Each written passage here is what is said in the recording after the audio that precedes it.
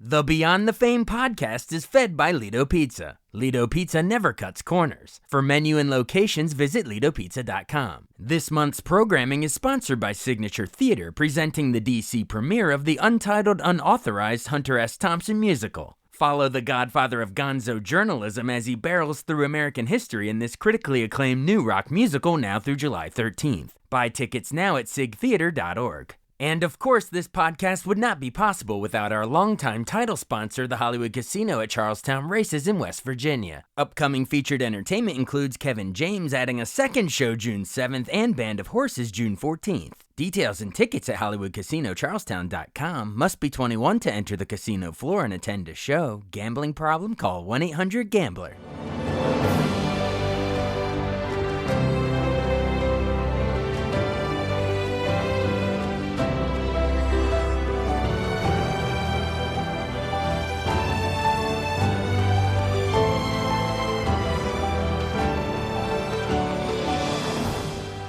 Welcome to the newest episode of Beyond the Fame with Jason Fraley. I'm your host, Jason Fraley, picking the brains of the top filmmakers, musicians, and artists of our time. Grammy-winning blues legend Taj Mahal performs with his Taj Mo teammate Keb Mo at Wolf Trap in Vienna, Virginia this Sunday. He joined me to discuss his prolific career from growing up in Massachusetts to recording records in California, where he also starred in and wrote the score for the classic 1972 film Sounder. Hey, Taj Mahal, thank you so much for joining the show today.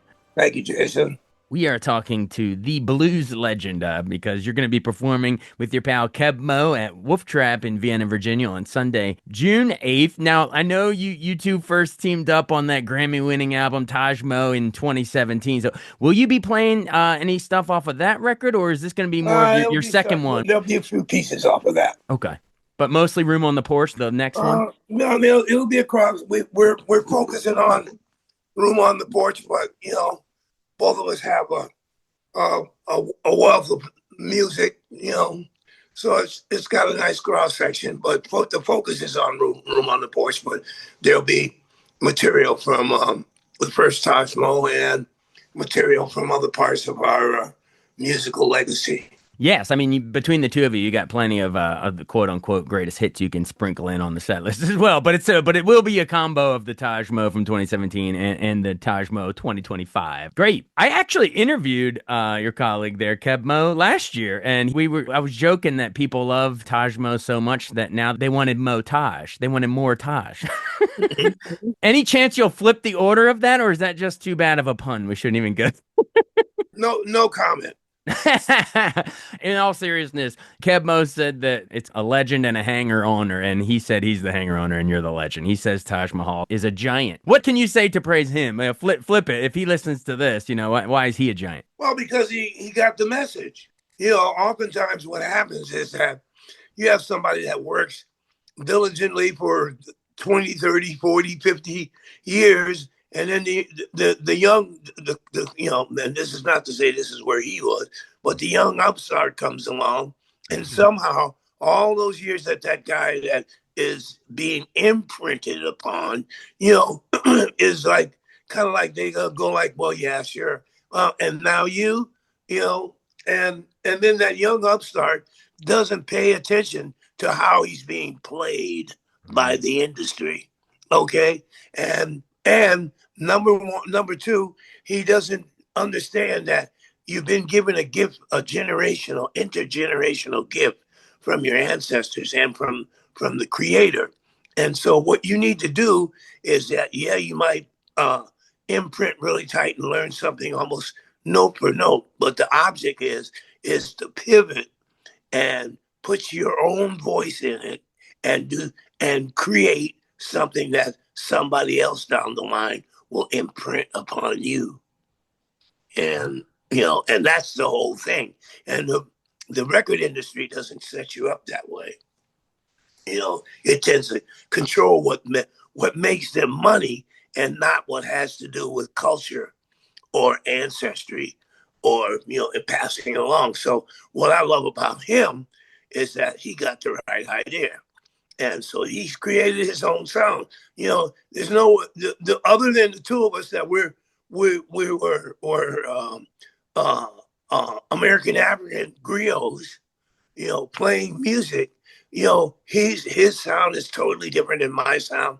My sound is totally different than his sound, but we're both drawing on the same reservoir of incredible music that goes back for several hundred years past. Absolutely. You're talking Yeah. about the reservoir going back and the Oh yeah, ancestry and the going back in time. intergenerational. Speaking of which, when I asked Kev Mo, his Mount Rushmore of blues legends, he put you on there with Muddy Waters, Howlin' Wolf, BB King, and you. A, how does that make you feel? And do you think, damn right I'm on there? Well, I mean, I'm glad that that's what he thinks. And that's an honorable, you know, um, position and situation. Yeah. You'll take it. That's fantastic. Well, who would you put on there? Because I do want to go through your life story, but who would be your Mount Rushmore? At least guys that inspired you. You think? Well, that's really hard, man, because I'm as an American African griot.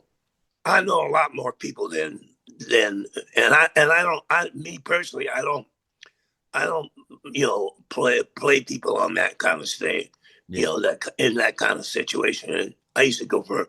There's so there's so many people that are incredible. I mean, some of them maybe had one song or one album, or three or four songs, because you got to remember that oftentimes you didn't get to hear somebody's complete catalog of music because they somebody recorded a couple of tunes by them and then moved on to the next guy, right. and all you got is a compilation with some guy with a name on it. I mean, it's like, fortunately nowadays you can get closer to who and who is what as far as the musicians.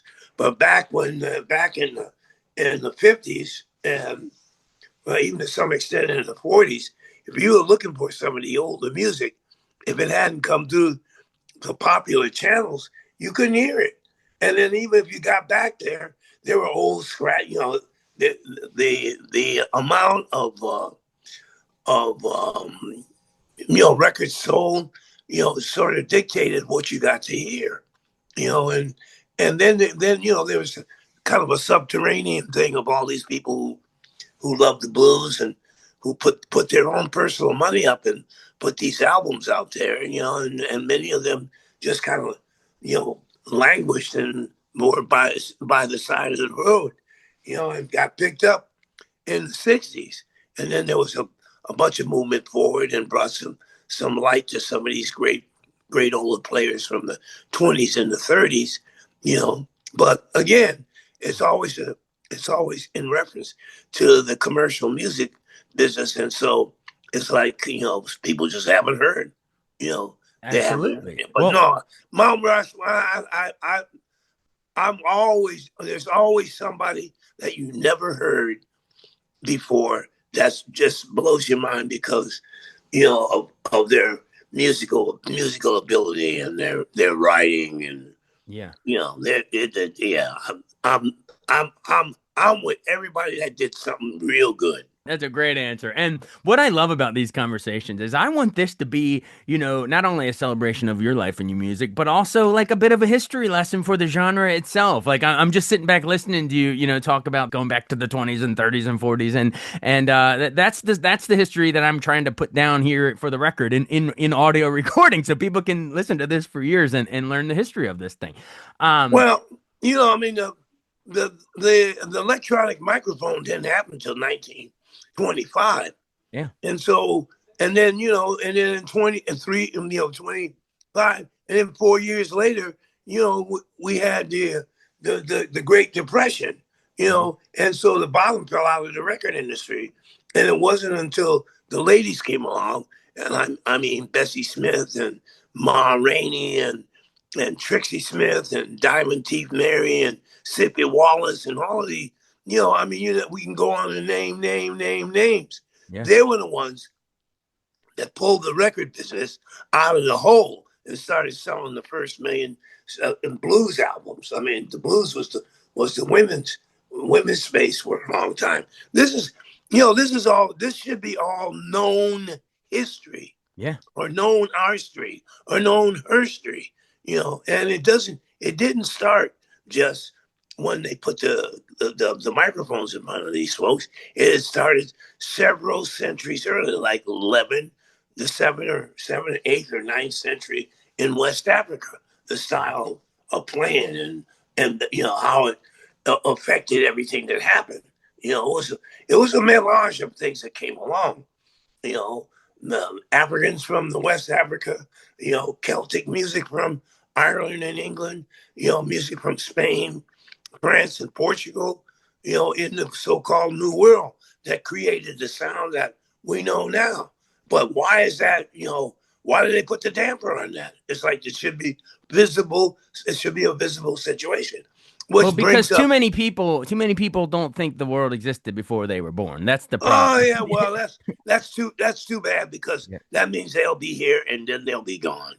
That's Exactly. And their you know history will be forgotten by the next generation. right, That's what I'm exactly. trying to tell them. Like one day we all get old. You know what I mean? So it's Oh important to yeah, well, appreciate. yeah, Yeah. yeah, but if you're connected spiritually from one generation to the next, Hmm.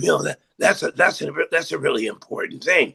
That's one of the things about this movie, Sinners, because Hmm. what they do is they focus in on exactly what we're talking about right now, how that whole thing was. I mean, it was beyond everybody's vision because it, and now you have a whole movie about it. It shows you exactly what went on and put it in the context of a vampire movie. It couldn't have been any better. And well, of course, because the filmmaker is one of the best we have going. I remember watching Ryan Right? when Ryan Coogler burst on the scene with Fruitvale Station, like his Yeah. Sundance in 2013, and Michael B. Jordan was in that too. But yeah, I knew he was going to be great, and and of course, then blockbusters like Creed and Black Panther and stuff Oh yeah, followed. yeah, yeah. But But this, yeah, but now yeah, this is Sinners is one of the biggest movies of this year. yeah, this is a bit closer to the bone, and I think that's what's really good because it's an American story. It's Mhm. one that everybody, regardless of where you come from or where your genesis is from in the world, you're a part of this story, you know. Exactly, And one way or exactly. another, even if you didn't know anything, and it was just about the music that you got through Elvis Presley, you know, or whoever else, yeah, rock and roll. I mean, here we are. It's like, oh, let's wake up out of this sleep and be aware of how this stuff moves from one generation to another. But yeah, we're good, man. And look at what we've been doing. Both Kevin and I, you know, you can go down our, I've gotten there. I'm probably like nearing about 60 albums out there. Phew. Okay, Wow. and if you go through there, you're not going to hear any whining, any complaining, any pointing of fingers, because there's enough people doing that. Mhm. Well, what this music was in its inception was something to inform, to elevate, to lift, to give information, you know, to to to do all those different things, and that's why it's remained as vital and vibrant as it was when it was first heard. You know, Absolutely. Well, I appreciate you painting so much of the big picture of it, the history and herstory, as you point out. Thank right? you. I'm picturing a big timeline of blues history, and let's go to when you drop in on this wonderful planet in New York City in 1942. But I guess you mostly grew up in Springfield, Massachusetts, right? But Yeah, I grew up in Springfield, yeah. but in a multicultural situation. Uh, my mother is an American African from South Carolina, and so her family and immigrated and migrated from South Carolina to New York. My father's family comes from the islands, the Caribbean islands of St. Kitts and Nevis, and they immigrated to the United States in 1902 separately, then found each other in New York and started creating family there. So We this was grew up during in the the Harlem neighborhood. Renaissance, right? They were like learning to become musicians during an explosion of art and culture. Yeah, yeah, yeah, yeah. Well, yeah, but the music, see, if it's on if it's not blocked by anything, the music finds its way. What I mean, you're there. There's so many people I know who are great musicians, But, because of the situation that they were in, you know, maybe parents or society, they decided to put being a musician aside because it isn't easy. I mean, the business was set up, that the musicians oftentimes, you know, after a lifetime of dedication to a trombone or a guitar or piano, you get a pin and a tie clip and a couple of tuxedos. You know, I mean for that kind of, given that kind of gift, that's kind of crazy. But what I wanted to do was that I heard lots of music. My father played, my mother played, my mother sang, my father played and was, classically trained. This is what they do in the Caribbean. They know that the world's going to look at you and say, "Oh, you got all this musical ability, so you don't work hard at it." Well, I bet you I do if I can sit up here and play you some classical music that you can hear, and then I'll play whatever else I want. Right. But being able to be well versed in the value of my own culture, my people in the world, I was going to do something in this life, create something, be an artist. We had worked for centuries, and not had the opportunity to be an artist. Didn't And Ella not only Fitzgerald that, call it's your not. dad the genius? Yeah, well, that was what people call him. And in fact, I validated that fact by speaking with Ella Fitzgerald one time, and Oh, you actually asked her. yeah, I got the answer. Well, my mother used to say that all the time, and as a kid growing up, I knew my parents were very, very, very, very, very much in love with one another, and they really complimented each other about a lot of things.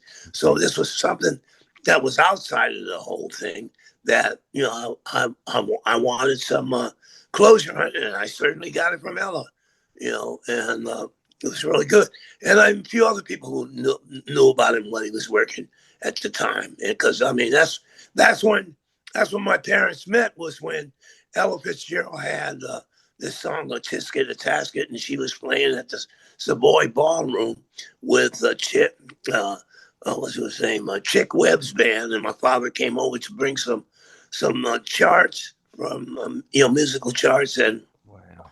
get paid for his music, and the two met then, and and the rest, and I'm the harmonic between that meeting, you know. But yeah, I mean, I saw that what was happening was that the commercial music industry kind of blotted out the natural music progress, and I was fortunate enough to through tragedy and good luck to score a guitar at around 13 years old. You mentioned tragedy. We should remind our listeners, your dad sadly dies in a construction accident when you're Yeah, like, yeah, yeah. When I was like 11. And 12, so is it, yeah. how do you think, I mean, I'm sure you've had literally many decades to, grieve and process it, but how do you think it shaped you? And then also your stepdad brings a guitar into your life. Is that right? Yeah, yeah.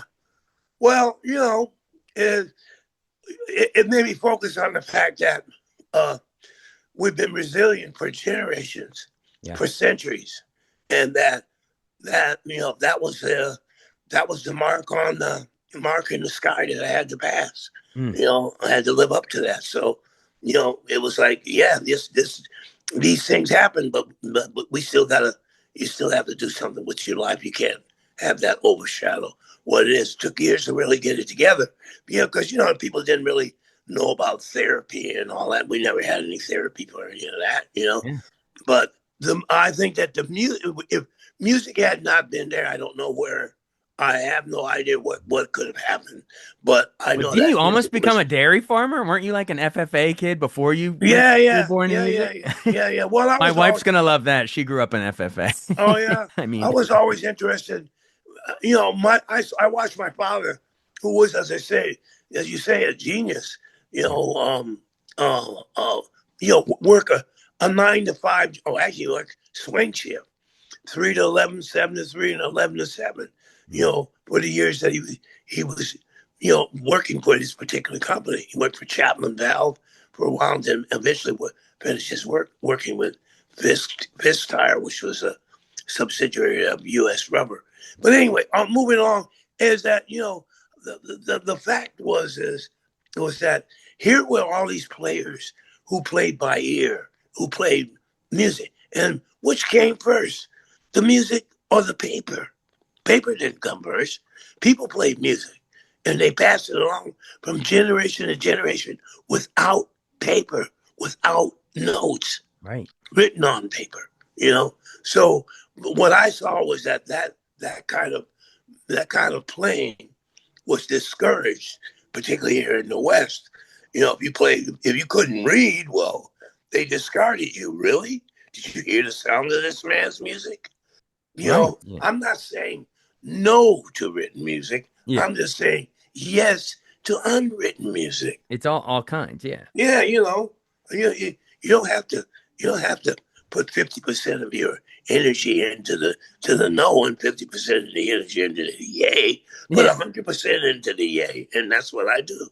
Absolutely. We're talking about written versus unwritten, etc. Well, you do your schooling at University of Massachusetts. Then you moved to Santa Monica, California in '64 and formed the group the Rising Suns. A lot of people remember Ry Cooder and the others. You had that hit song Candyman. Didn't you open for Otis Redding and the Temptations in that time? Oh Is that yeah, yeah, yeah, that you yeah, can't yeah. cut your teeth with anyone better than touring with them.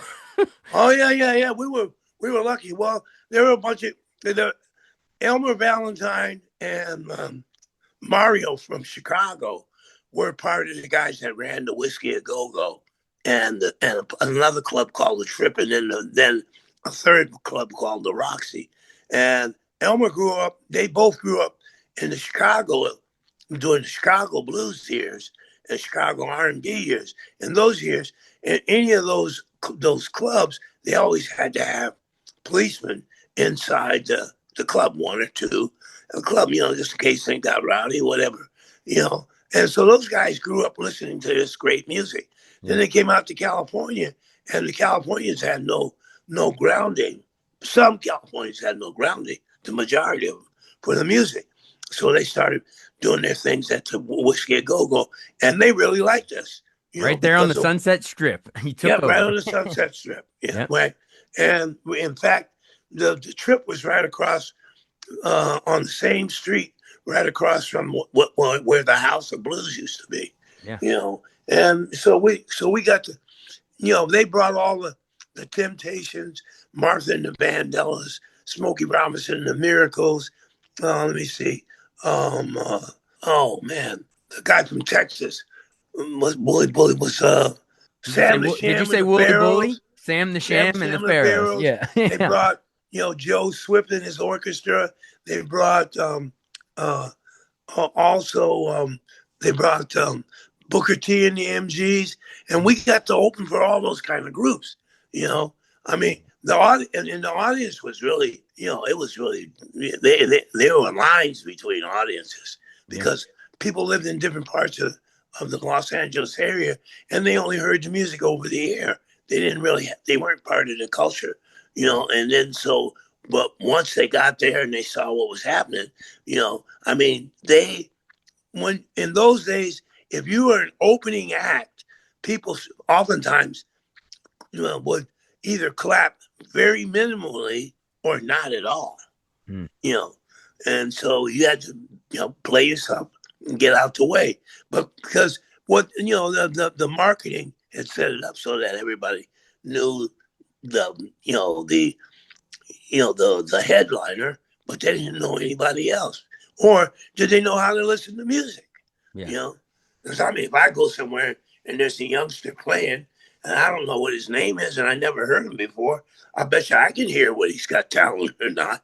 You Yeah, know, exactly. When yeah, you're there with Rising Suns in LA and everything, that's how you sort of get hooked up with Columbia Records. But then you yeah, stay with them for your self-titled solo debut, Taj Mahal yeah, in '68. How did you actually adopt the name? Did I read it? You were just such a huge fan of Gandhi and the peaceful protest in India? yeah, Of yeah. I mean, and then Gandhi's connection to Martin Luther King. course. All is I peaceful mean, protest. Yeah, all of it. God, yeah, right. Peaceful protests, and I mean, Gandhi removed the British from the Asian subcontinent. You know, That's a and huge not a accomplishment. shot Like was that, fired. that's amazing. You know, And so, like, hey, that's something that just want wanted to say, hey, no matter what you think, this is a special time, bringing a special energy. Yeah, you know. Okay, so that inspired the name, and I agree that you couldn't pick a better inspiration for Well, your yeah, and it's stage. Persian. Yeah, It comes from the Persian Moguls. You know. gotcha. And that album, like I said, that so that you have it self-titled in '68, and the song "Leaving Trunk" becomes one of your most famous and beloved throughout your career. I love that lyric. I ain't never seen no whiskey. The blues made me stop and think. That's Diamond Duck Blues. Yeah, and the other one, which jump started Southern rock, is Statesboro Blues that the Allman Brothers took and put on the map. That's you want to find. You talk about the story of that. 1961, out comes an album by what was this guy's name? Um, he was a Sam Charters put out the real country blues are really the country blues, and there was a 12-string guitar song on there by a blind guy named Blind Willie McTell, and that was Statesboro Blues. And I was interested in learning how to play 12-string guitar because I think problem what where the sound got in my ear was on Walk Right In, which became a popular song during that time, and that great sound of the 12-string guitar. And but most people, and then Lead Belly, and I had known back in the late 40s, early 50s when the Weavers were playing it. That song, "Good Night Irene," came from Lead Belly. I didn't know who Lead Belly was until actually I was working on the farm, and one of the guys came down to test the milk, and he was a bachelor that listened and bought that collected records, and we started talking about it. And I had never heard him, but I had heard him, but I didn't know there was no connection between Irene Goodnight and Lead Belly. But anyway, so uh, I started trying to learn, and Lead Belly was kind of a strummer and kind of picked a little bit, but not this guy, McTell. It was clear that he had picked up some kind of ragtime playing from and which was really pop piano guitars trying to play like they were pianos, and so it was really a great song, and we learned it and we put it in our little jug band, and then when I met Rye knew all these kinds of tunes, so Rye is an exceptional individual. Yeah. They didn't make any more of that. And the story, the Almonds were out of Macon, Georgia at this particular time. They grew up in the South with real music.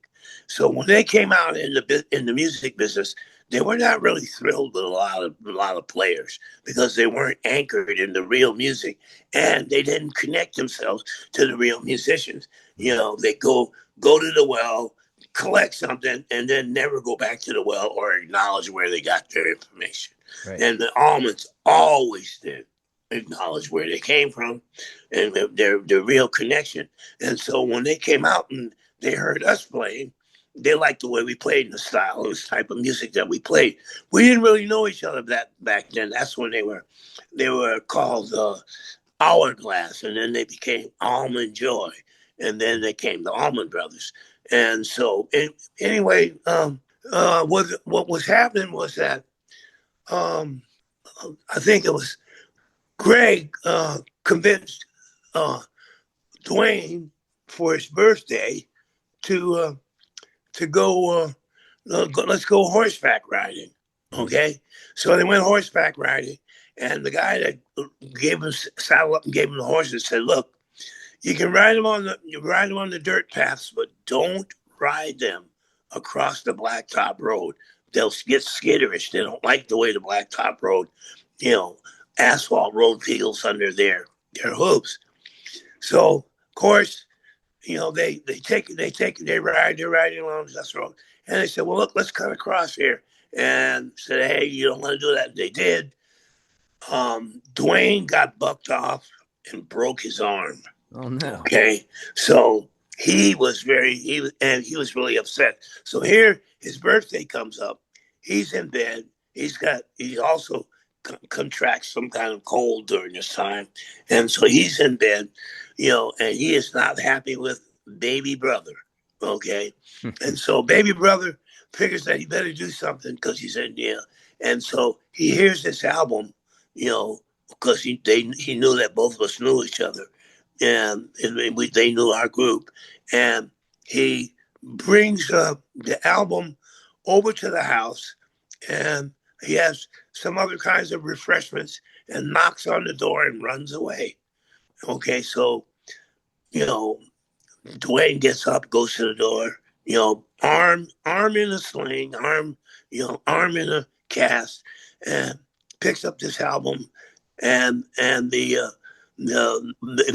extra whatever it is that he left there, and goes, and then about 2 hours, about a couple hours later, he gets a call. Greg gets a call and says, "Hey, baby brother, get over here. I got something going on." So he comes over to the house, and Dwayne has got like a little quarter seed bottle, and he's there playing along with Jesse Davis. Okay. And so then he became like an incredible slide man after that. But that whole thing, that was when I think the Almonds were kind of like the first Southern rock band. And then they spawned all those other guys, Leonard Skinner, this one and that one, from the South. And then they had a Southern rock, renaissance. It was really great. And those guys all played something different, and their sound was different. But yeah. Absolutely. We just had 38 Special on the other day, and they were talking about all of that and how they credited the Almonds with kicking that off. Yeah, everybody. Yeah, they were the guys that were the template. And Yeah.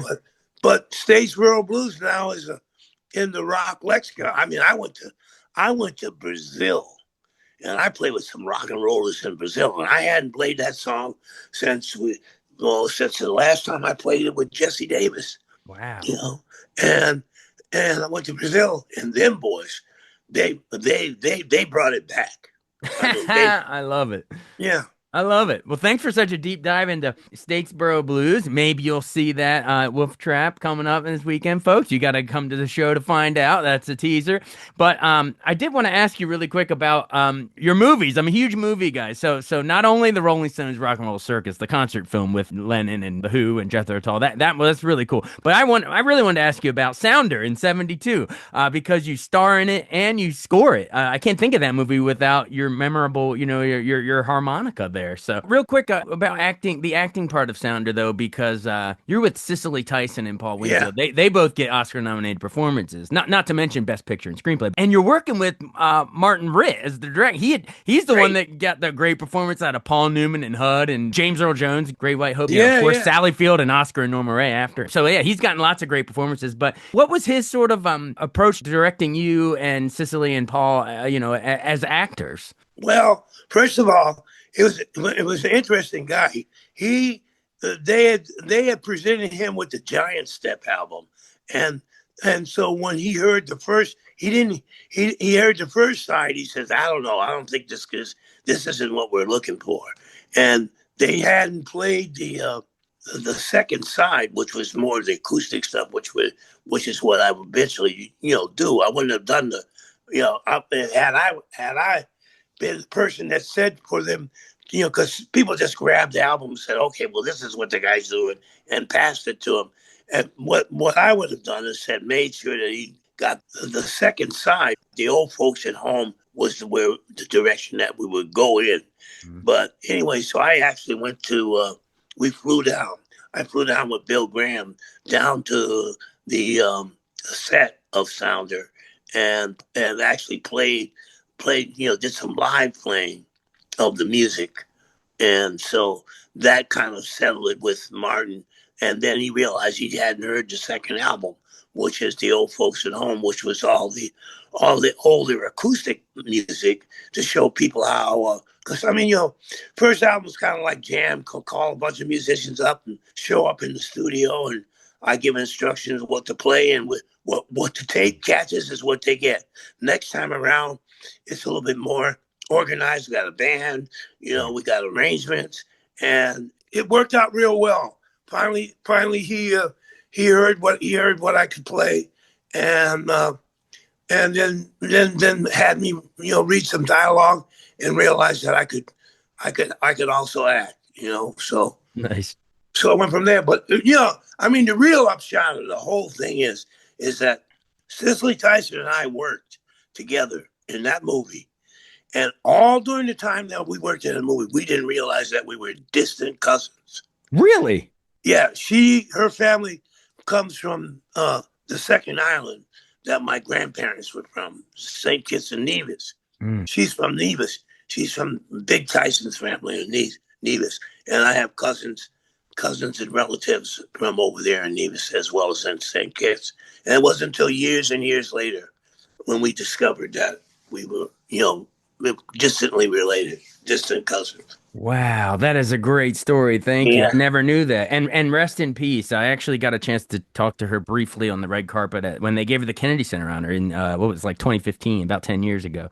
I might even see if I can dig up the Cicely Tyson quote and drop it in. I saw Viola Davis, and she waved at me, and I waved back. I know her. I played her mother, and she waved because I didn't know she was going to be here. I have always been blessed with roles that taught me something.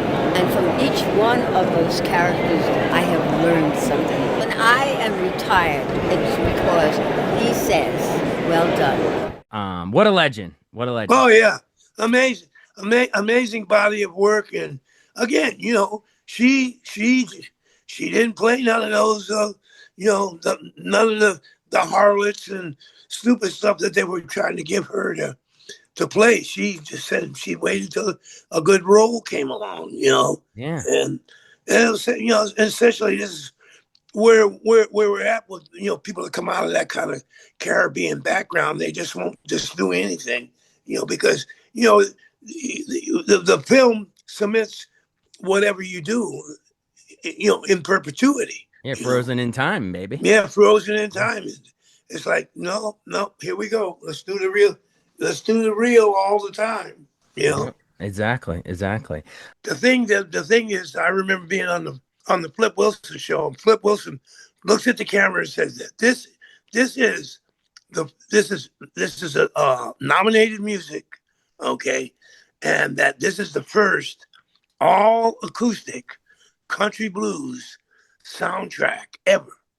Really? Okay, and that really blew my mind, and all the stuff that came with it. You're right. It's a Grammy nominated soundtrack. You're right. Yeah. Well, but see, people didn't really know how to deal with it because I was an independent person. Right. I've always been a headstrong guy. This business don't like headstrong people. Yeah. Sorry, but they don't. If you can't be brought along by the nose, they hope that you will just wither alongside of the whole thing. And so since I have it, that makes it really even crazier. But anyway, at that point in time, I thought I might have an opportunity to maybe do some stuff, but I've only done like maybe one, two, I think three movie scores. Sounder, Ed and Mildred Lewis Brothers. Yeah. And then I did a thing for LeVar Burton, which was a Richard Wright a short movie called Almost a Man. I scored that. And then I was in Sounder 2, which was made for television. Almost it's called Let's Hope It Don't Rain. Right. And then I was also in Once Upon a Time When We Were Colored with Felicia Rashad, Richard Roundtree, and Isaac Hayes. Yeah, it was good. It was good. I mean, I've never been, my heart don't jump up and down from a lot of this stuff. These are things that you really do. I mean, it's like, okay, I got a shot at it. Well, there's a lot of ground we still haven't covered in your career, but so I'll rattle it off a little bit. So you, after that long run, with Columbia. You probably did what, 10 albums with them? 11 11? albums with Columbia. 11, nice. And then you do about 3 with Warner. And folks, go look them all up. We don't have time to go up. But then you kind of do a detour and you move to Hawaii for a little bit in the 80s. But then your acclaim finally comes in the late 90s in terms of like Grammys. So we're talking like 3 decades after your debut. The Grammys finally start taking note. I was just talking to Buddy Guy literally the other day. I think I'm going to air that probably next week. We were talking about a similar thing. You know, he and you started in the 60s, but it took until like the 90s for the Grammys to start honoring you guys. What the hell is with that? Uh, it's Western ignorance. Perfectly said. I mean, it really is that a lot of people look. There's a couple of ways you can look at Elvis. Some people mistake what he really did. What he did was open the door to people being, you gotta follow it. Elvis happens. It becomes a phenomenon. The phenomenon, right? Yeah. Okay. And then following on the heels of that, not right away, but on the heels of that, black music opens up that much more to the Americas. Mm-hmm. Okay. I mean, not that it wasn't in jazz, not that it wasn't in ragtime, Dixieland and all that kind of stuff, but that was pretty much off the books. And then there was an awful lot of posers and copiers of that. But this finally, with Motown and Stax and VJ, Chess, Checker, Cadet, Argo, all these different record companies, Excello, I mean, there were a lot of big companies had, the big front company logo, Columbia. And then below that, they had Bluebird and Aladdin and all these other, which basically, served the Black American public, and then if some great song they heard had commercial potential, if you cross the color line and put somebody else on that song, well then there you have big money, big control, and all of this stuff is involved in it. And it's the same thing with the Grammys. I mean, you have to have representation. This doesn't happen in a vacuum.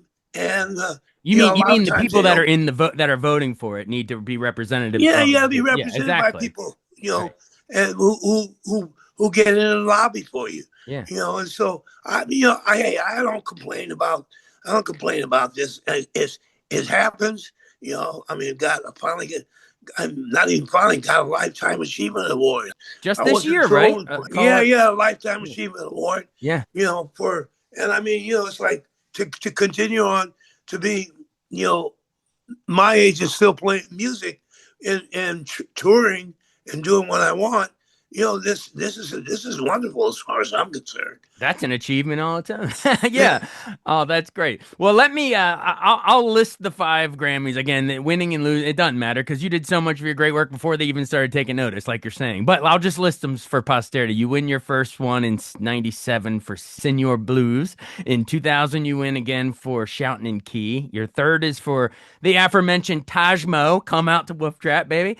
You win your 4th Grammy for Get On Board. And then I guess your 5th came for Swinging Live at the Church in Tulsa this year, along with that Lifetime Achievement as well this year. You think one of those is your strongest work? Is it Taj Mahal, or is it something we didn't even mention? There's a whole lot of works out there. You have no idea. Yeah. If I have 50 plus albums, there's work they don't really know. I mean, it's about music is music, man. I mean, somebody doesn't have to be on the hit parade or anywhere for me to really like their song and play it as much as I can, as much as I want to hear it.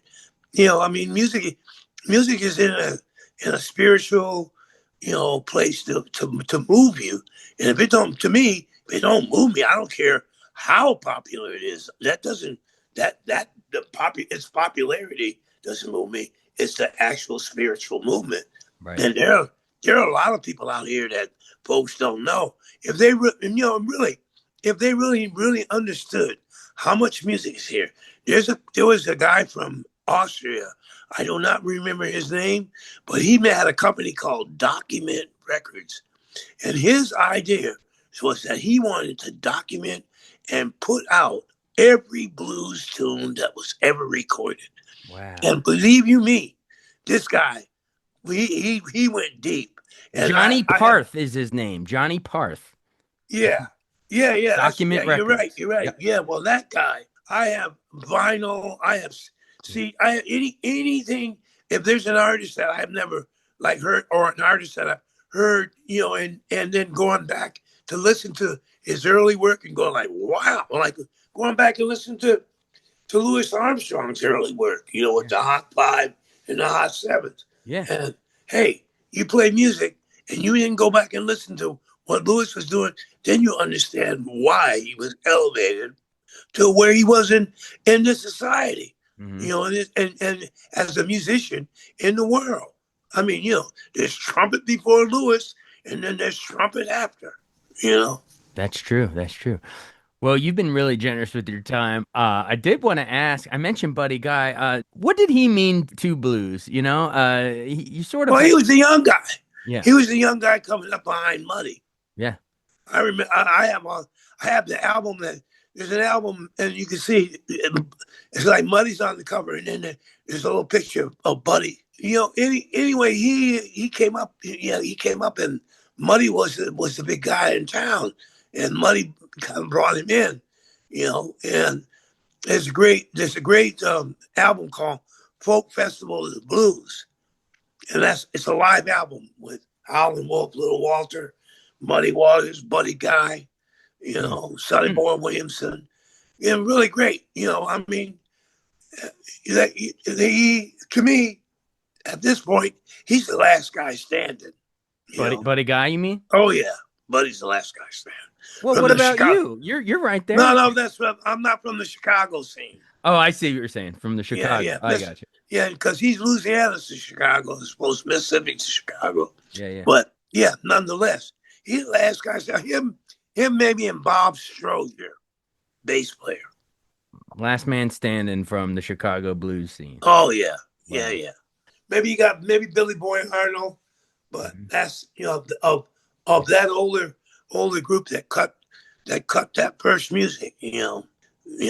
Came out of Mississippi and came to Chicago and developed in that in that cauldron and put it out there. Put the laid the tracks for the Rolling Stones. Yeah. Jeff B.B. Beck. King was out of what? B.B. King was Mississippi, right? Yes. Yeah. Okay. Like the Mississippi Delta. All right. But you were saying those Chicago guys laid it down for inspired Jeff Beck and the Stones and Clapton and all those guys. Yeah. Yeah. They laid it down.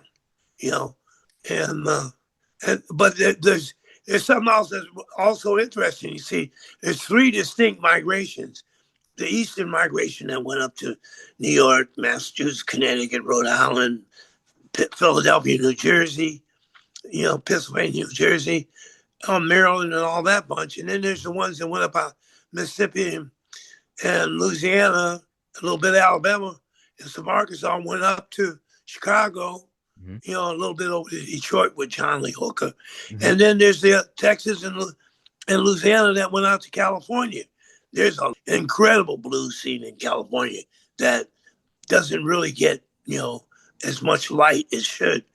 There's just a lot of great players out there. Thanks for painting that. A lot of us are visual learners, and I can picture that like a map. I can see those three migrations happening, and we're schooling people. We're educating them on blues history. I love this.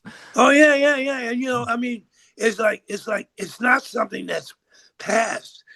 It's a living past that once you get to it, you can bring it forward. It goes forward with you. It's not like discovering a dusty old rock somewhere. I mean, this was, pieces of life that, once you realize what the job of it was to really enlighten you and lift your spirit, and believe me, in these times, this is what people need, which is why I think Room on the Porch is doing so well. It's got a lot. And we didn't go in. We didn't, I think Kev had one song, Junkyard Dog, and I had one song with might have had two verses to it on the ukulele, and then I had two songs that were guitar tunes that I've been playing over the years, and just guitar tunes, no lyrics. And then the idea to do Nobody Knows You When You're Down and Out, and so we've done a really wonderful version of that. But this has been exciting, man. People have been really responding quite well. So the show's being sold out, and the audience just really enjoying it. Oh, everyone wants Taj Mo. Everyone wants Mo Taj. I'm telling you. Hey, you've been so generous with your time, and listeners, close your eyes, imagine those 3 migrations, imagine the map, and then picture Wolf Trap in Virginia, because that is where you are going to get Taj Mahal and Keb Mo on this Sunday, June 8th, and then Buddy Guy will be there later this month on June 21st. So no excuse not to see all this great blues is going to be coming here to Virginia. We promise you're going to leave them satisfied and tickled too, right? Let's hope so. I'm in the day every day that I'm doing it, because that's what you got to do. It gets to be. It's like, people ignore you for 60 years, then all of a sudden they start saying, "Are you still having fun?" You bet your life I am. Of course. I tell these kids every night, get your grandpapa to do this. Yeah, get your 83-year-old grandpa up on stage. Right. He won't be able to do it like Taj. No, I mean, it's like, come on. Let's. It just goes to show you either have zest for your life or you don't. Well, your zest comes across not only in this interview, but every time you take the stage. We really appreciate you joining the show, and not only talking your career, but the overall history of this beautiful great music called blues, man. Yeah, blues. Great music. Absolutely. Well, thank you so much. Again, Taj Mahal going to be with Keb Mo at Wolf Trap in Virginia this Sunday, June 8th. So you better get your tickets now, everybody. Hey, you know what? A couple things we'll part with. First of all, jazz gives you back your mind, and reggae gives you back your body. But the blues will give you back your soul. That is the perfect mic drop to leave it on. That's perfect. All right. And I dropped the mic. Thanks so much for listening to Beyond the Fame with Jason Fraley. Our theme music is Scott Buckley's Clarion. Remember to give us a 5-star rating if you like what you hear. We'll see you next time.